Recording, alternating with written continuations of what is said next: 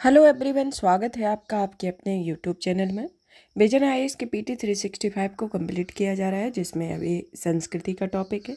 इसमें अभी तक पार्ट फर्स्ट को कंप्लीट कर लिया गया है। इसके टोटल 8 मेजर टॉपिक हैं। 8 मेजर टॉपिक में 4 मेजर टॉपिक कंप्लीट किए जा चुके हैं, जिसके अंतर्गत मूर्तियाँ, मंदिर एवं स्थापत्य के बारे में, स्थापत्य व मूर्ति कला के बारे में, फिर उसके बाद चित्रकला और अन्य कला शैलियों के बारे में कंप्लीट किया। फिर सुर्खियों में रहे महत्वपूर्ण स्थल को पार्ट फर्स्ट के अंतर्गत ये 4 मेजर टॉपिक कवर किए जा चुके हैं। आज के हमारे टॉपिक आते हैं प्रमुख व्यक्तित्व के बारे में पढ़ेंगे।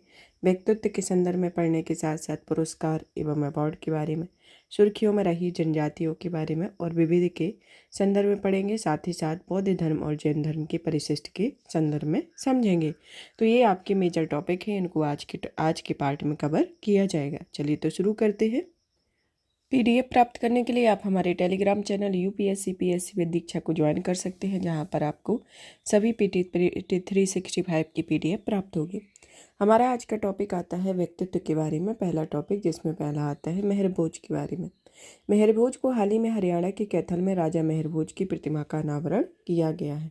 चलिए तो जानते हैं कि राजा मेहर भोज कौन रहे हैं, जिनकी प्रतिमा का अनावरण हरियाणा के कैथल में किया गया। मेहर भोज 9वीं शताब्दी के गुर्जर प्रतिहार राजवंश के प्रमुख शासक थे। वह उनके पिता रामभद्र के उत्तराधिकारी बने थे और 836 ईस्वी में सिंहासन पर आसीन हुए थे। उन्हें आदि वराह या भगवान विष्णु के भक्त की उपाधि धारण की हुई थी और इसके अलावा उनके शासनकाल के कुछ सिक्कों पर आदि वराह पर उत्कीर्ण किया हुआ है। अरब व्यापारी सुलेमान ने उन्हें महानतम गुर्जर प्रतिहार सम्राटों में से एक बताया और वे कला एवं साहित्य के भी महान संरक्षक थे। उन्होंने कवि राजशेखर को संरक्षण प्रदान किया हुआ था। मेहर भोज के बारे में राजनीतिक समीकरण को देखा जाए तो उन्होंने विजय और कूटनीतिक के माध्यम से प्रतिहार साम्राज्य को पुनर्गठित और समेकित किया। वह बराह, दौलतपुर, कहला, पाहेबा आदि स्थानों पर पाए गए अनेक अभिलेखों में यह जानकारी प्रदान होती है और यह मालवा, राजपूताना या मध्य देश पर उनका नियंत्रण था।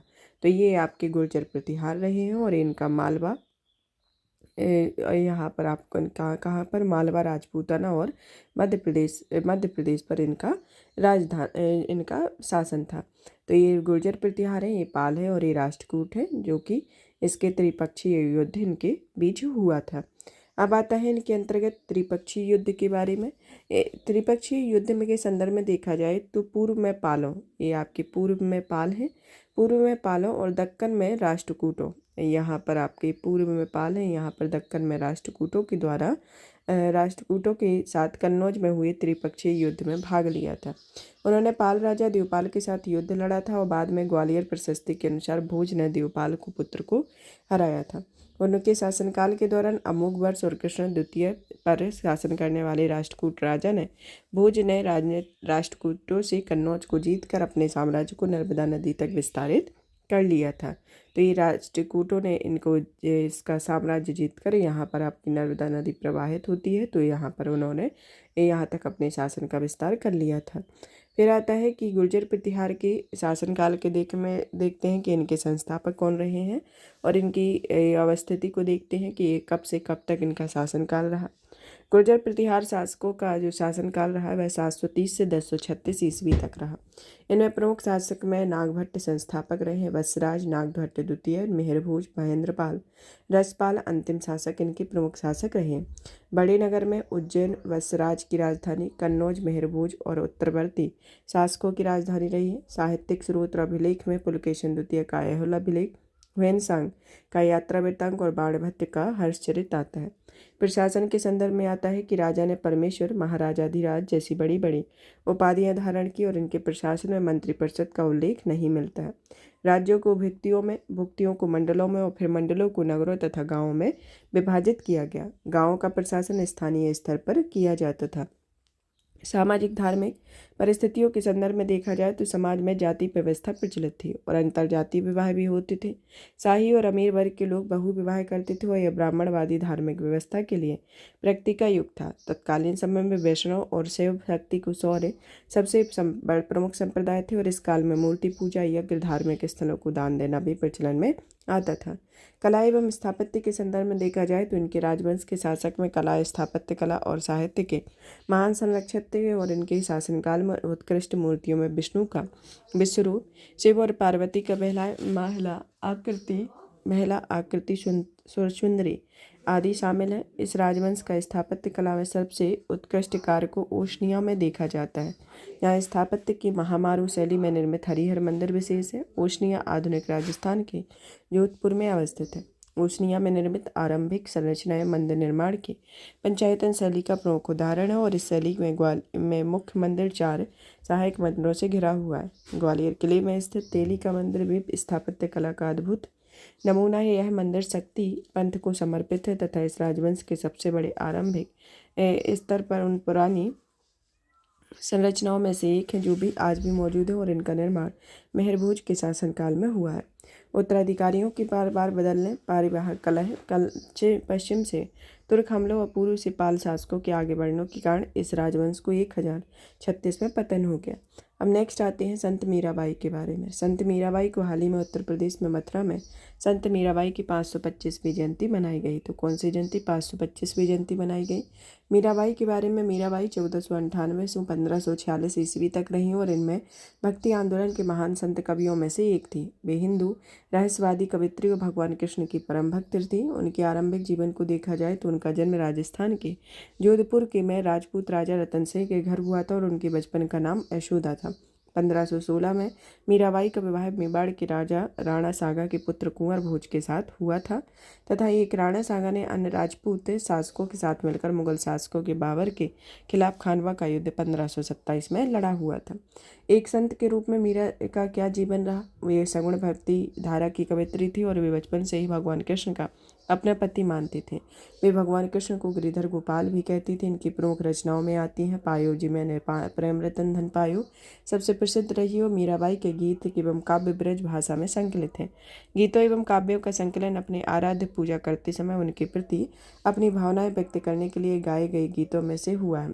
उनके गीतों या काव्यों में राग गोविंद नरसिंह जी का मायरा, गीत गोविंद पर टीका, मीराबाई के मल्हार, राग बिहाग और गरबा गीत शामिल है।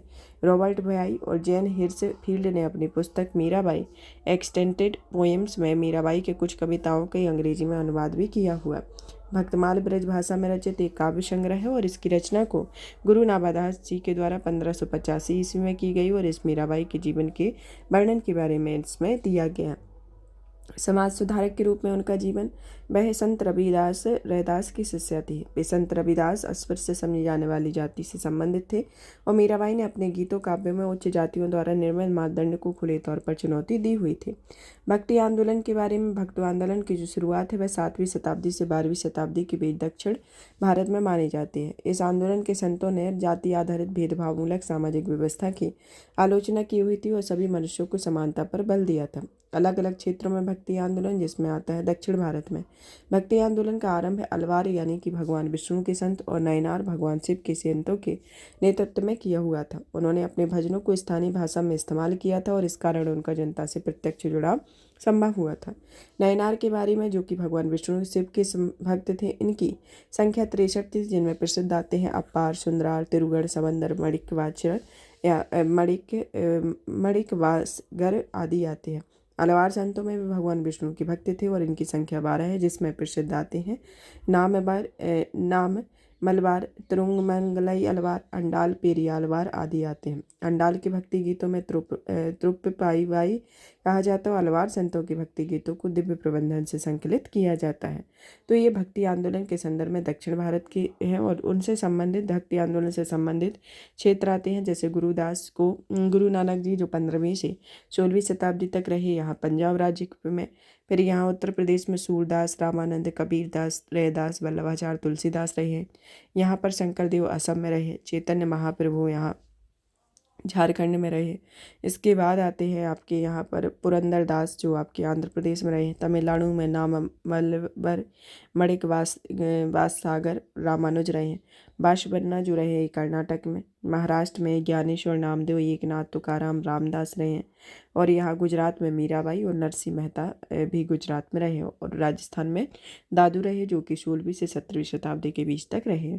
तो ये भक्ति आंदोलन से संबंधित प्रमुख संत रहे हैं, जिनका ये कर्मस्थली रहा है, जहाँ से जो बिलोंग करते थे। तो ये प्रमुख भक्ति आंदोलन से संबंधित रहे हैं। और ये प्रमुख रहे हैं जो दक्षिण भारत के रहे हैं, क्योंकि इनसे रिलेटेड दक्षिण भारत के जो नायनार और अलवार संत हैं, उनसे रिलेटेड क्वेश्चन पूछे जाते हैं कि नायनार संतों की संख्या कितनी है और इनमें कौन कौन से प्रमुख है। इसी तरीके से अलवार संतों की संख्या और इनमें से कौन कौन प्रमुख है और इसमें महिला संत कौन है, इनके संदर्भ में ये पूछे जाते हैं। अब आता है नेक्स्ट इसके अंतर्गत कि मध्य भारत और उत्तर भारत के अंतर्गत आते हैं। जैसे 13वीं शताब्दी के आसपास भक्ति आंदोलन दक्षिण भारत से मध्य भारत और उत्तर भारत में प्रसार होने लगा। इस दौरान उत्तर भारत में भक्ति आंदोलन की एक नई लहर देखी गई, जिस क्षेत्र में प्रचलित भक्ति परंपराओं को प्रचलित दो व्यापक श्रेणियों में बांटा गया, जिसमें सगुण भक्ति धारा और निर्गुण भक्ति धारा। सगुण भक्ति धारा में वो आते थे जो कोई ईश्वर के गुण युक्त और साकार रूप की उपासना करते थे, जिसमें प्रमुख संत में तुलसीदास, मीराबाई आदि आती हैं।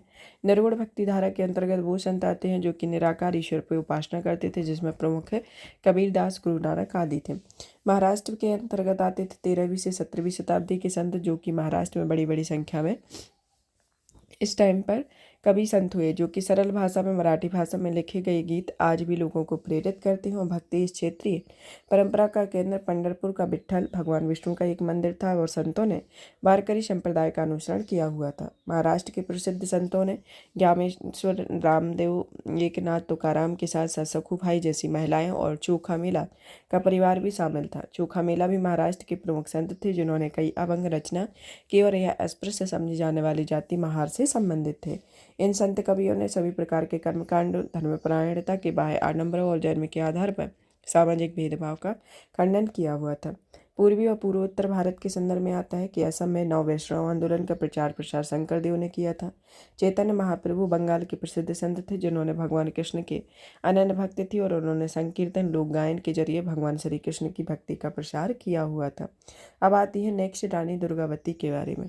रानी दुर्गावती की हाल ही में 500वीं जयंती मनाई गई। रानी दुर्गावती जो रही है, उनका जन्म बांदा जिले में, जो कि महोबा के चंदेल शासकों में से संबंधित रहा है। वहाँ पर बांदा उत्तर प्रदेश में इनका जन्म हुआ है। और 12वीं शताब्दी के अंत तक चंदेल राजवंश का पतन हो गया था, लेकिन बाद में इसे चंदेल शासक किरतपाल से रानी दुर्गावती के पिता द्वारा पुनर्जीवित किया गया था। उनका विवाह 1542 ईस्वी में गढ़कटंगा के गोंड राजवंश के शासक दलपत शाह से हुआ था। और गोंड, जो कि सबसे बड़ी जनजातीय समूह में से एक थे, वह जनजाति मध्य भारत में निवास करती थी।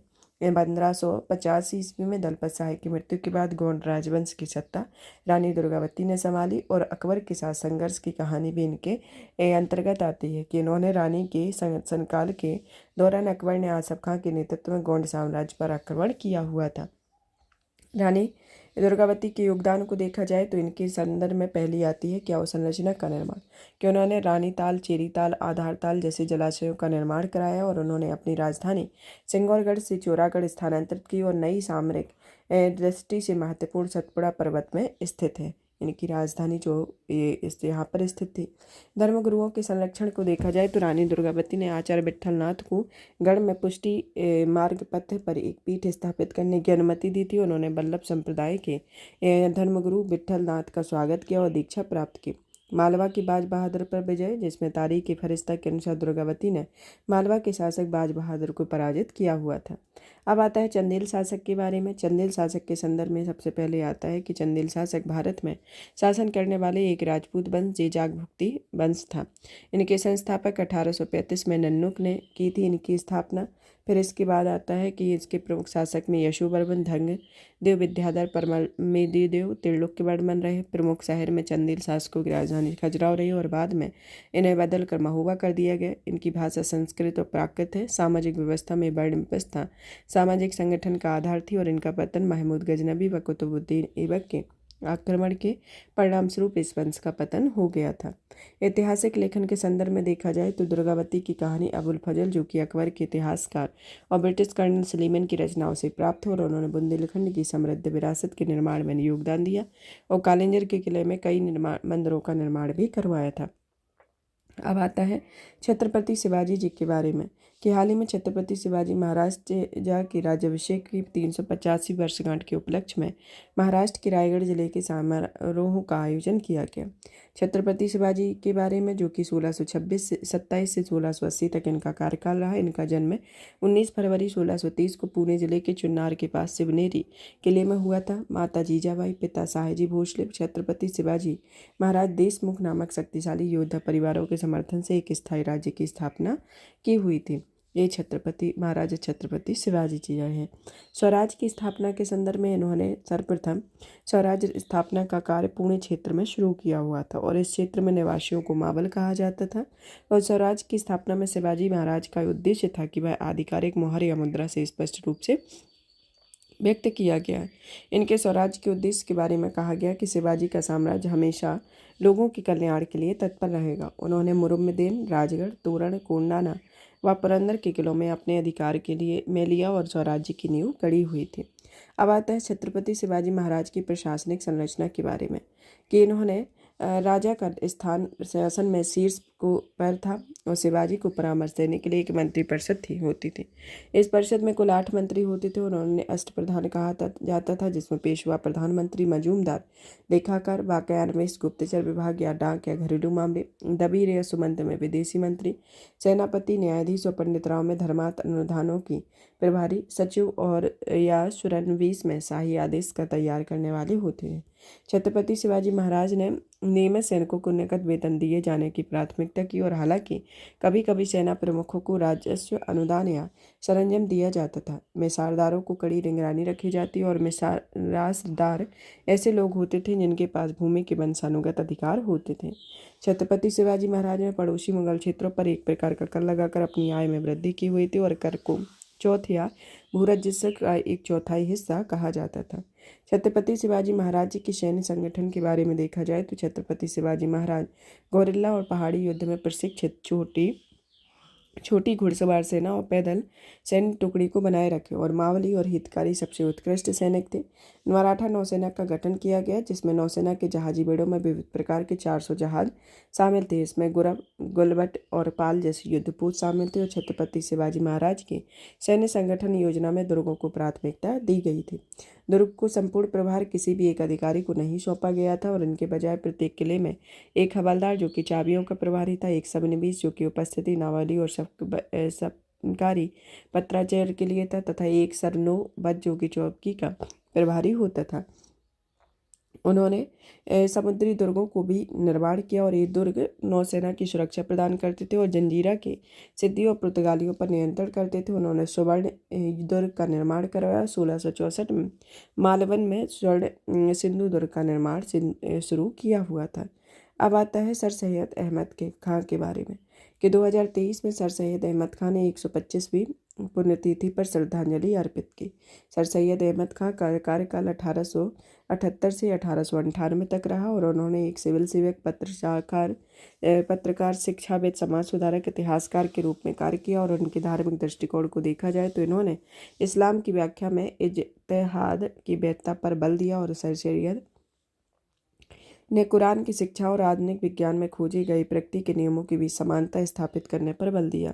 उन्होंने असबाब ए बगावत हिंद या सैन्य विद्रोह के कारण नामक शीर्षक से एक लेख भी लिखा था और उन्होंने देसी परिप्रेक्ष्य में विद्रोह के कारणों को समझाने का प्रयास किया।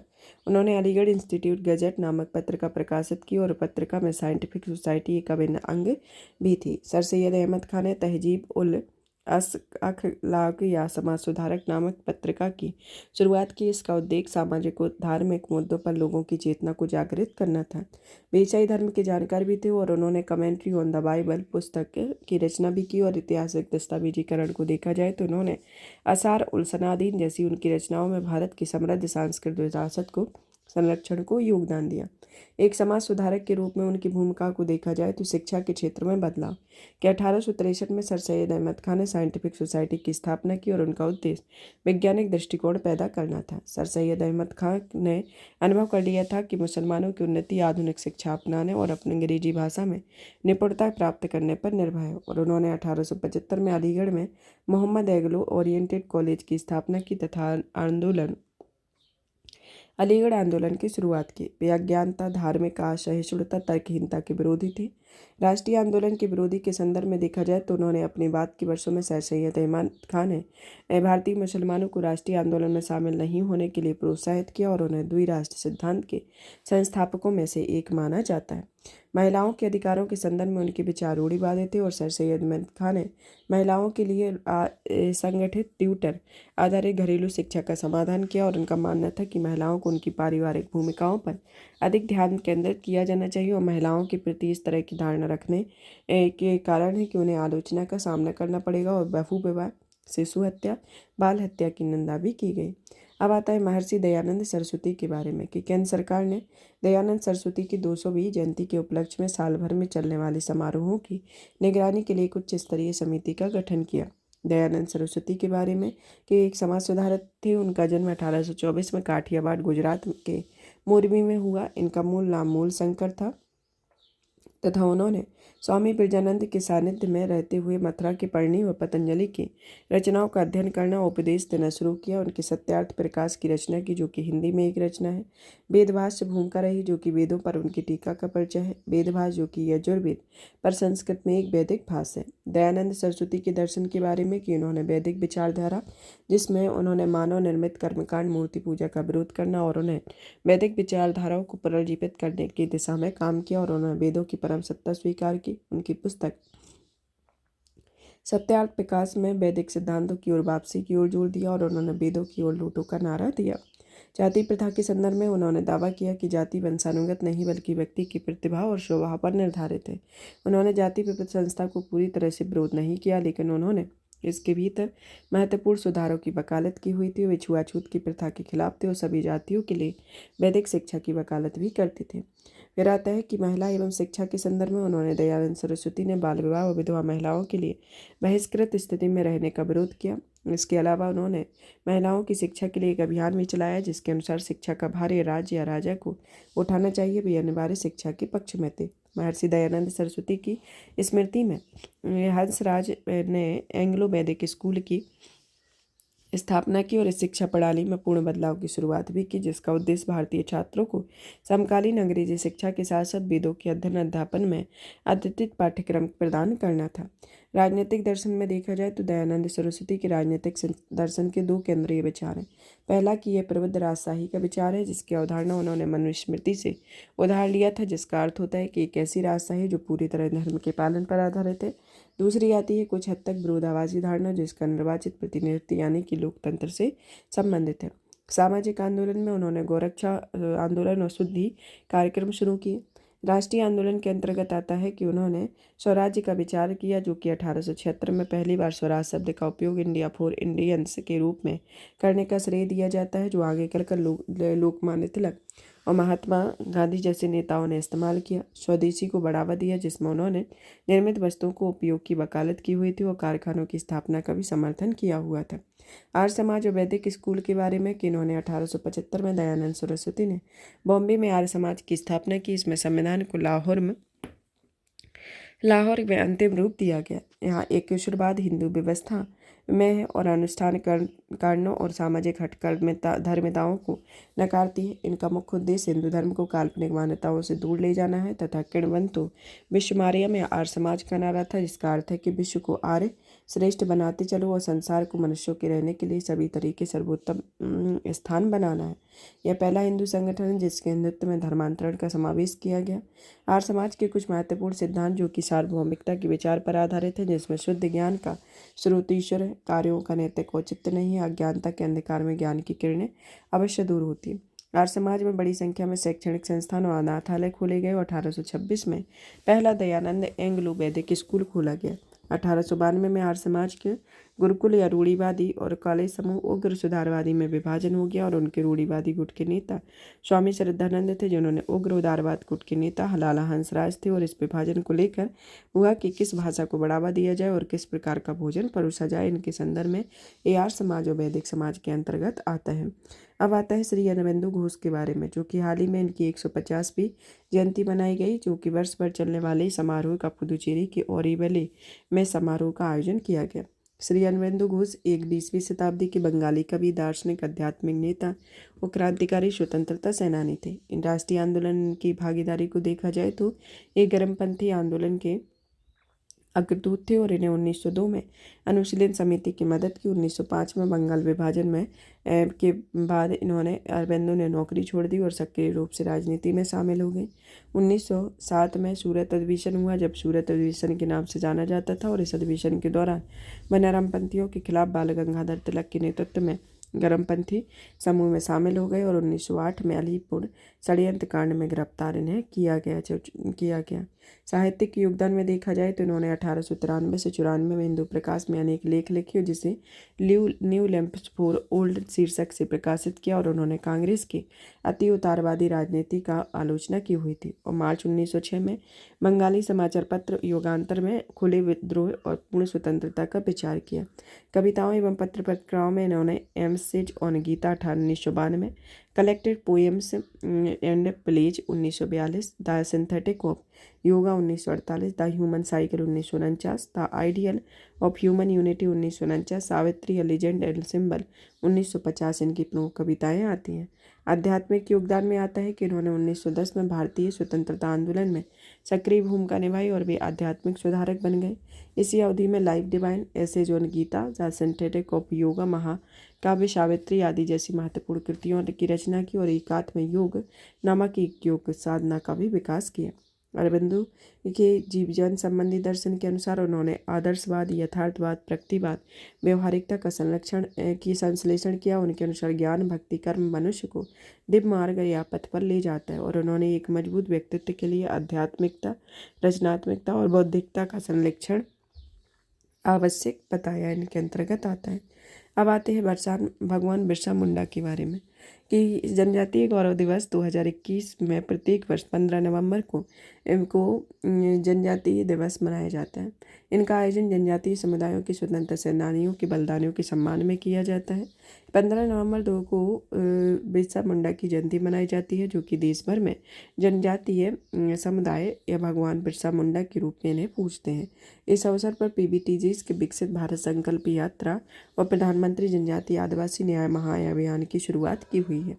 बिरसा मुंडा के बारे में, बिरसा मुंडा को 1875 से 1901 के दौरान इनका समय काल रहा, और इनके प्रारंभिक जीवन को देखा जाए तो यह धरती या आबा के नाम से इन्हें जाना जाता है। इनका जन्म छोटा नागपुर पठार क्षेत्र में झारखंड के खूंटी जिले में उलिहातू के मुंडा जनजाति में हुआ था। इनके सामाजिक सुधार में इन्होंने प्रार्थना के महत्व, शराब से दूर रहने, ईश्वर में विश्वास रखने और एक आचरण संहिता के पालन करने पर जोर दिया, और इन्हीं आधारों पर उन्होंने बिरसाई मत की शुरुआत की हुई थी। उलगुलान आंदोलन के बारे में कि इन्होंने स्थानीय अधिकारियों द्वारा जनजातियों के शोषण के लिए उलगुलान नामक आंदोलन शुरू किया, और इन आंदोलन में दबाव में ब्रिटिश शासन ने 1908 में छोटा नागपुर काश्तकारी अधिनियम पारित किया। इस अधिनियम में आदिवासी लोगों में गैर आदिवासियों की भूमि हस्तांतरण करने पर प्रतिबंध लगा दिया गया। अब आता है श्री अल्लारू सीताराम राजू के बारे में। अल्लारू सीताराम राजू के बारे में, जिन्हें हाल ही में इनकी 125वीं जयंती और रंपा विद्रोह की 100वीं वर्षगांठ के अवसर पर हैदराबाद में वर्ष भर चलने वाले उत्सव का शुभारंभ किया गया। इनका जन्म 4 जुलाई 1897 को आंध्र प्रदेश के भीमावरम के निकट मोगल्लू गांव में हुआ था। और इनकी भारत में आज़ादी में योगदान को देखा जाए तो वे असहयोग आंदोलन के दौरान महात्मा गांधी से प्रभावित हुए। उन्होंने स्थानीय पंचायती आंदोलन के न्याय पाने और औपनिवेशिक आंदोलनों का बहिष्कार करने के लिए प्रेरित किया, और उन्होंने खादी पहनने और मद्यपान का त्याग करने के लिए प्रेरित किया। रंपा विद्रोह के बारे में, जो कि 1922 से 1924 के बीच रहा, जिन्होंने मनियम विद्रोह के नाम से भी जाना जाता है, जिसका शब्दार्थिक अर्थ वन क्षेत्र होता है, और स्थानीय लोगों द्वारा इन्हें मनियम बीड़ू या जंगलों का नायक कहा जाता है। अगस्त 1922 में श्री अल्लारू सीताराम राजू ने अंग्रेजों के अत्याचारी शासन के खिलाफ आंदोलन शुरू किया हुआ था, और 1920 के दशक के शुरुआत में संगठित गौरला संघर्ष के रूप में फैल गया हुआ था। अब आता है, वे कलकत्ता के गुप्त संगठनों में सदस्य रहे और उन्होंने बम बनाना भी सीखा हुआ था। वह रंपा विद्रोह के पीछे कारक के संदर्भ में देखा जाए तो पहला आता है कि रंपा और गुडिम पहाड़ियों में आदिवासी आबादी के अधिकारों को छीनना कि 1882 में मद्रास वन अधिनियम पारित किया गया, जिसके तहत वन क्षेत्रों में आदिवासी समुदायों के मुक्त आवागमन और लघु वनोपजों को संग्रह को प्रतिबंधित किया गया। कृषि की पारंपरिक पोड़ू प्रणाली पर प्रतिबंध लगा दिया गया, जिसमें कर्तन और दहन स्थानांतरण कहा जाता है। आदिवासियों का शोषण, जिसमें बेटी श्रमिक, आवेतनिक मजदूर, गोथी श्रमिक जो कि ऋणी, बंधुआ मजदूर और कुली श्रम प्रणाली इनके अंतर्गत आती है। मुक्तेदार या गांव का मुखिया शक्ति कम कर दी गई और रंपा क्षेत्र में पारंपरिक सामाजिक आर्थिक ढांचे के अंतर्गत मुक्तेदार अपनी वर्चस्वशाली स्थिति में कारण वास्तविक शासक था। ब्रिटिश शासन के जनजातीय समुदाय की शक्ति संरचना को नष्ट कर दिया गया, जिससे मुक्तेदार नाराज हो गए थे। अब आते हैं काजी नसरुल इस्लाम के बारे में कि हाल ही में पिप्पा नाम की एक फिल्म रिलीज हुई है, जिसमें काजी नसरुल इस्लाम के 1982 के ब्रिटिश विरोधी गीत कराए ओई लोहो को पट जेल की लोहे की सलाखों को एक नए रूप में प्रदर्शित किया गया और नए रूप के गीत के लय और धुन में बदलाव किया गया, जिसकी बांग्लादेश में व्यापक स्तर पर आलोचना की जा रही है। काजी नसरुल इस्लाम के बारे में, जिनका बचपन और आरंभिक जीवन को देखा जाए तो इनका जन्म पश्चिम बंगाल के बर्धमान जिले के चुरेलिया गांव में हुआ और 1917 में एक सैनिक के रूप में एक ब्रिटिश इंडियन आर्मी में शामिल हुए। नजरुल इस्लाम विद्रोही कवि के नाम से लोकप्रिय है, जिनमें कई कृतियों में दास्ता घृणा परंपरा के नाम से लोगों को किए जाने वाले उत्पीड़न के खिलाफ इन्होंने आवाज़ उठाई और उन्होंने 2000 से अधिक गीत लिखे, जो कि संगीतबद्ध किया और ये नजरुल गीति के नाम से यह लोकप्रिय है। इनकी कृतियों में आती है 1919 में द ऑटोबायोग्राफी ऑफ अ डेलिकेंट या सौगात शीर्षक से प्रकाशित किया और इन्होंने नजरुल में सेना की नौकरी छोड़ दी और बंगाली मुस्लिम लिटरेरी सोसाइटी में शामिल हुए। बंधनहारा, जिसमें बंधन से मुक्ति, बोधन, सत इल अरब, बादल प्रस्तर, सरब आदि कुछ प्रमुख कृतियाँ इनकी रही और 1922 में अपनी प्रसिद्ध कविता ओनोदो मोई एर अगोमानो लिखी थी तथा इन्हें ब्रिटिश सरकार ने 1 साल की जेल की सजा भी दी हुई थी। राष्ट्रीय आंदोलन में इनकी भूमिका को देखा जाए तो काजिल नसरुल इस्लाम जो रहे हैं, उन्होंने कविताओं, नाटकों और उनके जरिए ब्रिटिश शासन के खिलाफ लड़ने के लिए प्रेरित किया और उन्होंने स्वदेशी और खिलाफत आंदोलन में अपनी रचनाओं में सक्रिय भूमिका निभाई और उन्होंने श्रमिक प्रजा स्वराज का गठन किया और श्रमिक प्रजा दल एक समाजवादी राजनीतिक दल था, जिनमें भारतीय राष्ट्रीय कांग्रेस के भीतर काम करता था। हिंदू मुस्लिम एकता में इन्होंने 1926 में कलकत्ता में हिंदू मुस्लिम दंगों के दौरान उन्होंने हिंदू मुस्लिम एकता बनाए रखने की अपील की। पुरस्कार एवं उपलब्धियों में 1960 में उन्हें भारत के सर्वोच्च नागरिक सम्मान पद्म भूषण से सम्मानित किया गया। बांग्लादेश में उन्हें राष्ट्रकवि और एकुशी पदक से सम्मानित किया गया और एकुशी पदक में जिसे बंगाल का दूसरा सर्वोच्च नागरिक सम्मान कहा जाता है। राजा रवि वर्मा के बारे में, राजा रवि वर्मा को 175वीं जयंती हाल ही में मनाई गई। भारतीय कला में योगदान को देखा जाए तो इसे लिथोग्राफी के प्रस्तावक रहे, जो कि भारत में लिथोग्राफी की शुरुआत इनके समर्थकों में से एक रहे। लिथोग्राफी जो है वह एक सपाट पत्थर या धातु की प्लेट पर चित्रण करने की कला को दर्शाता है और उन्होंने यूरोपीय अकादमी की कला की तकनीकों के साथ भारतीय परंपरा के सुंदर मिश्रण को भी पूरा करने की सफलता प्राप्त की हुई है। इनकी पौराणिक कथाओं की अंतर्दृष्टि को देखा जाए तो उन्होंने इन विषयों का चित्रण किया और जिसमें दुष्यंत और शकुंतला का प्रेम प्रसंग, नल दमयंती की कथा, भगवान श्री राम की वरुण देव पर विजय आदि इनके अंतर्गत आता है। इन्होंने आधुनिक भारतीय कला का जनक भी कहा जाता है। इनका जन्म त्रावणकोर के किलीमानूर महल में 1838 में हुआ। उन्हें राजा की उपाधि व्यक्तिगत तौर पर लॉर्ड कर्जन ने प्रदान की और चित्रकारियों के वर्गीकरण में पोर्ट्रेट आधारित संकलन, मिथकों की उदंतियों पर आधारित नाट्य संग्रह इनके अंतर्गत आता है और उन्होंने केसरी हिंद स्वर्ण पदक, केरल सरकार में उनके नाम पर एक पुरस्कार की शुरुआत भी की हुई थी, इसके अंतर्गत आता है। सुर्खियों में रहे प्रमुख अन्य व्यक्तित्व के अंतर्गत जैसे श्रीमंत शंकरदेव, यह असम के एक वैष्णव संत और विद्वान, नाटककार, सामाजिक धार्मिक आंदोलन के सुधारक थे। उनका जन्म 1449 में हुआ। यह वैष्णववाद की एक रूप एक शरण हरि नाम धर्म का प्रचार किया और उन्होंने भगवान कृष्ण की परम शाश्वत को और एक माना जाता है। उनकी धार्मिक व्यवस्था पूरी तरह से एक द्वारी थी। इनकी काव्य रचनाओं में कीर्तन घोष, हरिश्चंद्र उपाख्यान, कुरुक्षेत्र या यात्रा आती आती है। इनके योगदान में अंकिया नाट जो कि पारंपरिक असमिया एकांकी नाटक है, बोरगीत, भावना और सत्रिया नृत्य भारत की शास्त्रीय नृत्य की शुरुआत इन्होंने की हुई थी।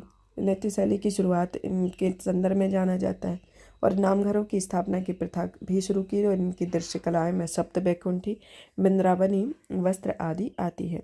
अब आता है नेक्स्ट आती है अहिल्याबाई होलकर, जिनका जो समय काल रहा 1725 से 1795 तक रहा। इन्हें महाराष्ट्र सरकार के अहमदनगर जिले का नाम बदलकर अहिल्याबाई करने का निर्णय लिया गया। यह 18वीं शताब्दी के दौरान मालवा प्रांत की राजधानी थी और इन्होंने भरतपुर के राजा के खिलाफ कुंभीर की लड़ाई में अपने पुत्री की मृत्यु के बाद 1754 में मालवा पर अधिकार कर लिया। और इनकी विशेषताओं में देखा जाए, इनके शासन की प्रमुख विशेषताओं में कि इन्होंने महेश्वर शहर में एक साहित्यिक, औद्योगिक, संगीत, कला और शिल्प कला का केंद्र बन गया और महेश्वर शहर को वस्त्र उद्योग स्थापित करने में मदद की हुई थी और इस कारण इन्हें अब प्रसिद्ध महेश्वरी साड़ी के लिए जाना जाता है। उन्होंने काशी विश्वनाथ मंदिर, बद्रीनाथ, द्वारका, ओमकारेश्वर सहित कई अन्य मंदिर को जीर्णोद्धार और पुनर्निर्माण का कार्य भी संपन्न कराया था।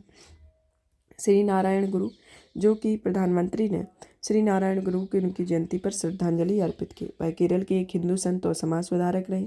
उन्होंने एक जाति, एक धर्म और एक ईश्वर का प्रचार किया।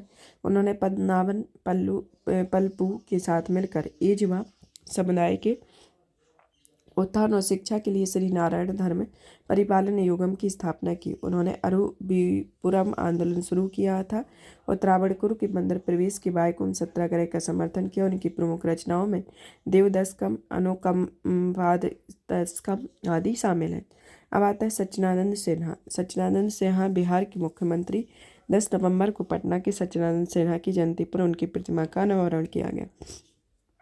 इनके बारे में कि इनका जन्म तत्कालीन बंगाल प्रेसिडेंट के आरा में हुआ और बिहार और उड़ीसा प्रांत में उनकी महत्वपूर्ण भूमिका है। वे लंदन में राष्ट्रीय कांग्रेस पर बनी ब्रिटिश समिति के सक्रिय सदस्य थे। 1910 से 30 में इंपीरियल लेजिस्लेटिव काउंसिल के सदस्य भी रहे थे और इनकी संविधानवादी राष्ट्रवादी के थे और उनका मानना था कि भारतीयों को स्वतंत्रता प्राप्त कराने के संवैधानिक तरीके अपनाने चाहिए। वे संविधान के अंतिम अध्यक्ष भी थे और वे राजेंद्र प्रसाद को इसका औपचारिक अध्यक्ष भी नियुक्त किया गया था। इनकी पुस्तकों में Iqbal, the poet and his message, Kashmir, the playground of Asia इत्यादि रही है।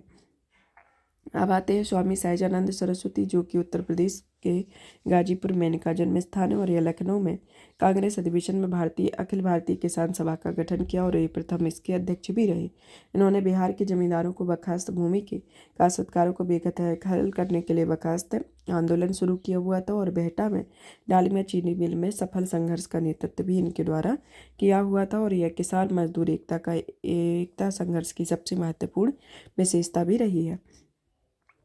मालती मैम जो कि उर्फ मंगरी ओरंग है। मालती मैम उर्फ मंगरी मोरंग जो कि भारत के स्वतंत्रता संग्राम में असम की पहली महिला शहीदों में से एक है। ये असम के राजाए बागानों में अफीम विरोधी अभियान के अग्रणी सदस्यों में से एक थी और 1921 में औपनिवेशिक काल में विदेशी शराब और अफीम के खिलाफ लड़ाई के नेतृत्व के कारण उनकी हत्या कर दी गई। रुक्मणी लक्ष्मीपति जो कि 1892 से 1951 तक इनका समय काल रहा, जिसमें आंध्र प्रदेश के पश्चिमी गोदावरी जिले की समाज सुधारक और स्वतंत्रता सेनानी रही। वह महात्मा गांधी, श्री राजगोपालाचारी और सरोजिनी नायडू से प्रभावित हो और इन्होंने मद्रास प्रेसिडेंसी के वेदारण्य में सविनय विज्ञान आंदोलन यानी कि नमक सत्याग्रह में हिस्सा लिया और वह पहली महिला थी जिन्होंने नमक सत्याग्रह के दौरान कैद किया गया था। अब आता है अशफाक उल्लाह खां के बारे में जो कि एक स्वतंत्रता सेनानी थे। उन्होंने सक्रिय रूप से ब्रिटिश औपनिवेशिक शासन के खिलाफ संघर्ष किया। 1924 में हिंदुस्तान रिपब्लिक एसोसिएशन की स्थापना की। इसका उद्देश्य सशस्त्र क्रांति के जरिए स्वतंत्रता प्राप्त करना और बाद में इन्होंने HRA का नाम बदलकर HSRA कर दिया गया। और ये एक कवि थे जो कि वारसी और हसरत उपनाम की शायरी भी लिखते थे और उन्हें काकोरी ट्रेन डकैती में शामिल होने के आरोप में फांसी की सजा भोग दी गई थी। श्री रामलिंगा स्वामीगल के बारे में जिन्हें हाल ही में प्रधानमंत्री ने रामलिंगा स्वामीगल की 200वीं जयंती के अवसर पर कार्यक्रम संबोधित किया। इनके बारे में, यह बेल्लार या रामलिंगा अडिगल नाम से जानी जाती है तथा इनके तमिल संतों में संबंधित हैं, जिन्हें ज्ञान सिद्धार्थ कहा जाता है, जो कि ज्ञान से तात्पर्य उच्चतर बुद्धिमत्ता से है। कि बेल्लार ने शुद्ध सन्मार्ग संगम की अवधारणा के माध्यम से जाति प्रथा के उन्मूलन का प्रयास किया तथा शुद्ध सन्मार्ग संगम के अनुसार मानव जीवन के सर्वप्रमुख पहलू प्रेम दान करना, पवित्र कर्मों का संपादन करना और शुद्ध ज्ञान की प्राप्ति होगी। ये प्रमुख व्यक्तित्व के संदर्भ में रहे। अब हमारा नेक्स्ट टॉपिक आता है इसके अंतर्गत 6 नंबर का कि पुरस्कार के बारे में। पुरस्कार में आता है साहित्य का नोबेल पुरस्कार। साहित्य के 2023 में साहित्य के नोबेल पुरस्कार को नॉर्वे के लेखक जॉन फॉसे को दिया गया। यह पुरस्कार उनके अभिनव नाटकों गद्य रचनाओं के लिए दिया गया। उन्होंने फांसी के नाटकों और साहित्य में उनके लोगों को आवाज़ उठाई और अपने बात कहने में सक्षम नहीं थे। भारतीय नोबेल पुरस्कार विजेता में सबसे पहले आते हैं रविन्द्रनाथ टैगोर, जिन्हें साहित्य का नोबेल प्राइज़ दिया गया। यह पुरस्कार उनके अत्यंत संवेदनशील नवीन सुंदर लेखन के लिए दिया जाता है और उन्होंने लेखन शैली के उत्कृष्ट कौशल के साथ अपनी काव्य संरचनाएं भी लिखी हुई थी। सीवी रमन, जिसे भौतिकी का नोबेल प्राइज़ दिया गया, जो कि 1930 में दिया गया। यह प्रकाश के प्रकीर्णन पर शोधकार और रमन प्रभाव की खोज हेतु था। हरगोविंद खुराना, जिसे फिजियोलॉजी या चिकित्सा का नोबेल प्राइज़ 1968 में दिया गया। मदर टेरेसा, जिन्हें शांति का नोबेल प्राइज़ 1979 में दिया गया। सुब्रमण्यम चंद्रशेखर, जिन्हें भौतिकी का नोबेल प्राइज़ 1983 में दिया गया। अमर्त्य सेन, जिन्हें अर्थशास्त्र का नोबेल मेमोरियल पुरस्कार 1998 में दिया गया, जो कि कल्याणकारी अर्थशास्त्र के योगदान के लिए। वैकुंठ रमण बालकृष्णन, जिन्हें रसायन विज्ञान के नोबेल पुरस्कार दिया गया 2009 में। कैलाश सत्यार्थी, जिन्हें शांति का नोबेल पुरस्कार दिया गया 2014 में। अभिजीत बनर्जी, जिन्हें अर्थशास्त्र का नोबेल पुरस्कार 2019 दिया गया। और ये नोबेल पुरस्कार विजेताओं में 5 भारतीय नागरिक हैं, जबकि 4 भारतीय मूल के आते हैं। अब आता है कि साहित्य के नोबेल पुरस्कार के बारे में। अकादमी ने फांसी में को यह सम्मान नॉर्वे के नॉर्स्क भाषा में लिखी कृतियों के लिए दिया जाता है। इनकी कृतियों में कई नाटक, उपन्यास, कविता संग्रह, निबंध, बच्चों की किताबों के अनुवाद आदि शामिल हैं। नॉर्स्क नॉर्वे की 2 आधिकारिक भाषाओं में से हो, जिन्हें साहित्य के में दिए जाने वाले नोबेल पुरस्कार की राशि 11 मिलियन स्वीडिश क्रोनर है। यह व्यापक रूप से दुनिया की सबसे प्रतिष्ठित साहित्यिक पुरस्कार है, जिन्हें 1901 से 2023 तक 116 बार साहित्य में नोबेल पुरस्कार प्रदान किया गया है तथा अब तक 120 लोगों को यह पुरस्कार दिया जा चुका है। और हाल के वर्षों में यह पुरस्कार फ्रांस के लेखक एर्नियर्नोक्स 2022 और तंजानिया के उपन्यासकार अब्दुल रज्जाक गुरनाहर को 2021 में यह पुरस्कार जीता हुआ है। अब आता है साहित्य अकादमी पुरस्कार, जिसको केंद्रीय संस्कृति मंत्रालय द्वारा साहित्य अकादमी पुरस्कार के लिए नामांकन प्रक्रिया में बदलाव करने पर यह विचार किया गया है। साहित्यिक अकादमी पुरस्कार साहित्य का एक सम्मान पुरस्कार, जिसे प्रतिवर्ष किसी भी प्रमुख भारतीय भाषा में प्रकाशित उत्कृष्ट साहित्यिक कृति के लेखन को प्रदान किया जाता है। इसकी सम्मिलित भाषा में 22 भाषाएं आती हैं, जो कि अंग्रेजी और राजस्थानी भाषा को पुरस्कार में मान्यता दी गई है। और इन पुरस्कार में ताम्रपत्र युक्त मंजूषा, एक शॉल, 1 लाख रुपए की राशि प्रदान की जाती है। और साहित्य अकादमी पुरस्कार एक स्वायत्त संगठन के रूप में कार्य करती है और सोसाइटी पंजीकरण अधिनियम 1860 के तहत एक सोसाइटी के रूप में पंजीकृत है। साहित्य संगीत नाटक अकादमी अमृत पुरस्कार के बारे में, किसे हाल ही में 84 कलाकारों के नाटक अकादमी पर अमृत पुरस्कार से सम्मानित किया गया है। ऐसे संविधान की 8वीं अनुसूची में शामिल 22 भाषाओं के अलावा अंग्रेजी और राजस्थानी को भी मान्यता दी गई है। और इसका उद्देश्य सरकार द्वारा दिया जाने वाला राष्ट्रीय सम्मान है, जो कि निष्पादन कला के कलाकारों के साथ साथ शिक्षकों और विद्वानों को भी प्रदान किया जाता है। इसका उद्देश्य 75 वर्ष से अधिक आयु के उन भारतीय कलाकारों को दिया जाता है जिन्होंने अब तक के करियर में कोई राष्ट्रीय सम्मान नहीं दिया गया है। पुरस्कार के रूप में 1 लाख रुपए की राशि, एक ताम्रपत्र और अंगवस्त्र प्रदान किए जाते हैं और पुरस्कार भारत के उपराष्ट्रपति द्वारा दिए जाते हैं। संगीत नाटक अकादमी के बारे में, जिसकी उत्पत्ति 1953 में हुई थी और इसे निष्पादन कला के क्षेत्र में एक शीर्ष निकाय के रूप में इनकी स्थापना की गई है। यह संस्कृति मंत्रालय के अधीन एक स्वायत्त निकाय है। इसका उद्देश्य संगीत, नृत्य, नाट्य रूप में व्यय, भारत की विविध संस्कृति की विशाल अमूर्त विशाल और विरासत का संरक्षण और संवर्धन करना होता है। इसमें संगीत नाटक अकादमी फेलोशिप रत्न सदस्यता है। संगीत नाटक अकादमी अकादमी पुरस्कार उस्ताद बिस्मिल्लाह खां युवा पुरस्कार इसके अंतर्गत आता है। अन्य महत्वपूर्ण पुरस्कार में आता है Govind Swarup lifetime achievement award. यह अवार्ड पहला Astronomical Society of India Govind Swarup lifetime achievement award professor Jayant Vishnu Narlikar को पुणे में दिया गया। यह पुरस्कार 2022 में ASI की स्वर्ण जयंती के अवसर पर स्थापित किया गया। इसका उद्देश्य प्रख्यात भारतीय खगोलविदों की उपलब्धि पर सम्मानित किया गया। प्रोफेसर गोविंद स्वरूप में 1929 से 1920 के 2020 तक भारतीय रेडियो एस्ट्रोनॉमी के संस्थापक रहे। उन्होंने Ooty radio rail telescope joint metre wave radio telescope का निर्माण भी किया हुआ था। अब आता है रमन मैग्सेसे पुरस्कार। यह असम के रहने वाले ऑन्कोलॉजिस्ट रवि कन्नन को 2023 में रमन मैग्सेसे पुरस्कार दिया गया।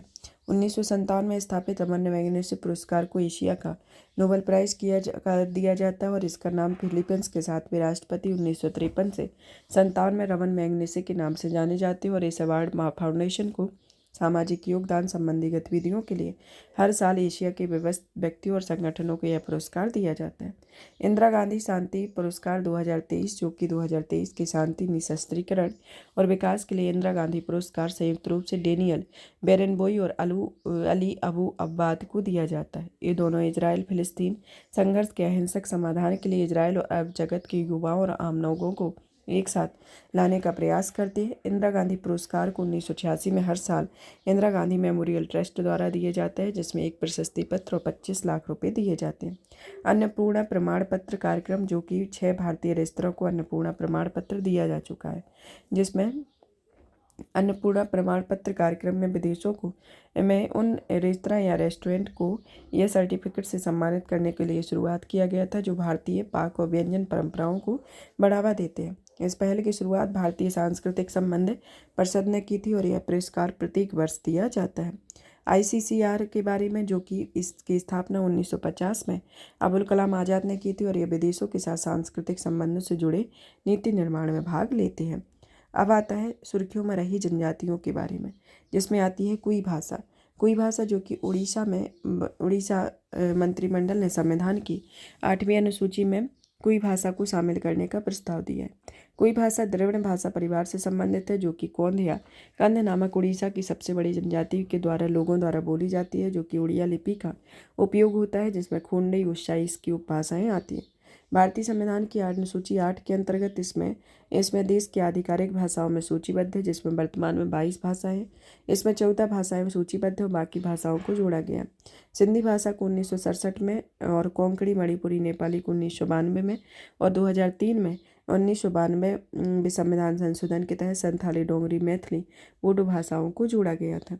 नई भाषा के समावेश के संदर्भ में देखा जाए तो वर्तमान में किसी भाषा को 8वीं अनुसूची में शामिल करने के विचार हेतु कोई निश्चित मानदंड नहीं है।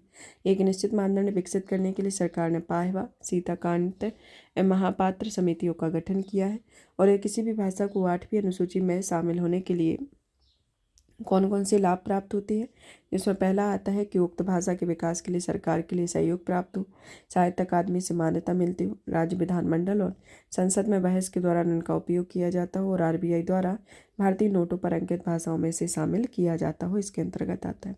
अब आते हैं सुर्खियों में रही अन्य जनजातियों और संबंधित घटनाओं के बारे में कि सुर्खियों में रही अन्य जनजातियों से संबंधित आती है, जैसे जम्मू कश्मीर की पहाड़ी या पद्दारी जनजाति को अनुसूचित जनजाति की सूची में शामिल करने हेतु लोकसभा में एक विधेयक पेश किया गया।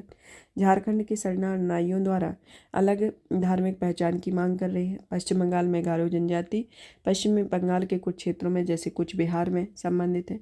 पश्चिम बंगाल की टोडो भाषा जो कि यूनेस्को में लुप्त प्राय भाषा है के लिए टोडो जनजाति, त्रिपुरा में कोक बुरुक भाषा के लिए बुरुक जनजाति, म्यांमार में भारत बांग्लादेश में जो जनजाति, छत्तीसगढ़ में सामूहिक आत्महत्या की घटना के लिए पहाड़ी जनजाति पहाड़ी कोरबा, तेलंगाना में केंद्रीय जनजाति विश्वविद्यालय की स्थापना में समक्का सरक्का, उड़ीसा में जनजातीय खेल महोत्सव, आंध्र प्रदेश में उड़ीसा छत्तीसगढ़ में परमाकोर बांसुरी के लिए कुया जनजाति आती है, कर्नाटक में हक्की पिक्की और तमिलनाडु के में प्रोजेक्ट टाइगर के तहत मुथुवन जनजाति चर्चा में रही हैं। तो ये भारत की और भारत के पड़ोसी देशों की ये प्रमुख पड़ोसी देशों में म्यांमार, भारत और बांग्लादेश के संदर्भ में जो जनजाति के संदर्भ में आता है। तो ये प्रमुख जनजातियाँ और उससे संबंधित घटनाएं रही हैं। अब आता है इसके अंतर्गत विविध के बारे में, जिसमें आता है प्राचीन भारत की सैन्य प्रणाली के बारे में कि हाल ही में रक्षा मंत्री ने भारतीय सैन्य विरासत महोत्सव के उद्घाटन के अवसर पर प्रोजेक्ट उद्भव की शुरुआत की है। प्रोजेक्ट उद्भव के महत्व को देखा जाए तो प्रोजेक्ट उद्भव यह सैन्य ज्ञान से जुड़े प्राचीन ग्रंथों और लेखन को मान्यता प्रदान करता है। जैसे उदाहरण के लिए महाभारत, नीतिसार, अर्थशास्त्र, कुर्लम आदि आता है। सैन्य शिक्षा शास्त्र को बढ़ावा दिया जाता है। यह युद्ध से संबंधित प्राचीन भारतीय ज्ञान को बेहतर समझ को आगे बढ़ाता है। साथ ही यह समकालीन सैन्य पद्धतियों में इसके उपयोग को सुविधाजनक बनाने में मदद करता है। ज्ञान में बढ़ोतरी करता है, जो कि रणनीतिक योजना, शासन कला, युद्ध कौशल से संबंधित प्राचीन विचारों और सिद्धांतों के शोध हेतु सुविधा प्रदान भी करता है। प्रोजेक्ट उद्भव के बारे में, इस उद्भव प्रोजेक्ट की शुरुआत भारतीय थल सेना और एक थिंक टैंक के यूनाइटेड सर्विक इंस्टीट्यूट ऑफ इंडिया के सहयोग से की गई है। इस परियोजना का उद्देश्य शासन कला और राजनीतिक विचारों में समृद्ध भारतीय विरासत की खोज करना है और इसका आशय उत्पत्ति से होता है। यह सुरक्षा संबंधी मौजूदा चुनौतियों का सामना करने के लिए समकालीन सैन्य पद्धतियों के साथ प्राचीन ज्ञान को समर्पित भी करता है। प्राचीन ज्ञान भारत में सैन्य प्रणाली के बारे में, जो कि बौद्धिक शास्त्रों, ग्रंथों, पांडुलिपियों, विचारकों और प्रमुख सैन्य अभियानों तथा शासकों द्वारा लिखित पुस्तकों के अध्ययन पर आधारित है। कौटिल्य के यथार्थवाद में लगभग 300 ईसा पूर्व में मौर्य शासनकाल के दौरान अर्थशास्त्र की रचना की गई, जिसमें इस कौटिल्य की पुस्तक में सुझाव दिया गया कि रणनीतियाँ बनाते समय पहले ही वास्तविकताओं को समझना चाहिए और उनमें रणनीति बनाए जाने पर बल दिया जाना है। यह मंडल सिद्धांत पे या शत्रुओं, मित्रों, मित्र देशों के संबंधित से गुप्त सूचनाएं एवं एकत्र करने से संबंधित है तथा यह रसद और आपूर्ति श्रृंखला से संबंधित है। कामंदक का नीतिसार, जो कि गुप्तकाल से संबंधित एक संस्कृत ग्रंथ है और यह ग्रंथ अर्थशास्त्र की परंपरा का पालन करता है, जिसमें भारतीय स्वतंत्रता आंदोलन की उपेक्षा की रणनीति, मायाजाल की रणनीति फिर से इस्तेमाल करने में इसे पुनर्जीवित किया गया है। अब आता है संयुक्त राष्ट्र विश्व पर्यटन संगठन के बारे में। यह संगठन को कच्छ, गुजरात के धोर्डो गांव में सर्वश्रेष्ठ पर्यटन गांव से सम्मानित किया गया है। धोर्डो गांव कच्छ के रण में अवस्थित है, जो कि वार्षिक रूप से प्रसिद्ध रण उत्सव का आयोजन किया गया है और इसका कार्यक्रम को मंडला गांव मध्य प्रदेश में चयन किया गया है और यह कर्णापतिवती केन नदी इस गांव से होकर निकलती है। संयुक्त राष्ट्र विश्व पर्यटन संगठन के बारे में, जिसकी स्थापना 1975 में हुई, इसे 2003 में एक विशेष एजेंसी बना दिया गया। इसका मुख्यालय मैड्रिड, स्पेन में है और यह पर्यटन नीति से संबंधित मुद्दों के समाधान के लिए एक वैश्विक मंच के रूप में कार्य करता है और यह पर्यटन संबंधी तकनीकी ज्ञान के स्रोत के रूप में कार्य करता है। इसका उद्देश्य आर्थिक समृद्धि, समावेशी विकास, पर्यावरणीय संधारणीयता के चालक के रूप में पर्यटन को बढ़ावा दिया जाता है और इसमें भारत सहित टोटल 160 देश रहते हैं। और सर्वश्रेष्ठ पर्यटन गांव पहल की जो शुरुआत है 2021 में की गई और इसके तहत ग्रामीण पर्यटन को सर्वोत्तम उदाहरण प्रस्तुत करने के लिए गांव सम्मिलित किया गया। गिरमिटिया मजदूर, जो कि त्रिनाद और टोबैको द्वीप समूह में भारतीय प्रवासियों द्वारा रामलीला के प्रदर्शन की परंपरा निभाई गई। इन प्रवासियों के पूर्वजों को भारत में गिरमिटिया मजदूर के रूप में इन द्वीपों में लाया गया था। गिरमिटिया मजदूर कौन रहे? यह 1834 में ब्रिटिश साम्राज्य के दास व्यापार का उन्मूलन कर दिया गया। इसके कारण अंग्रेजों ने अलग अलग उपनिवेशों में अपने बागानों में काम करने के लिए इन मजदूरों को भर्ती कराया, जिन्हें अक्सर गिरमिटिया कहा जाता है।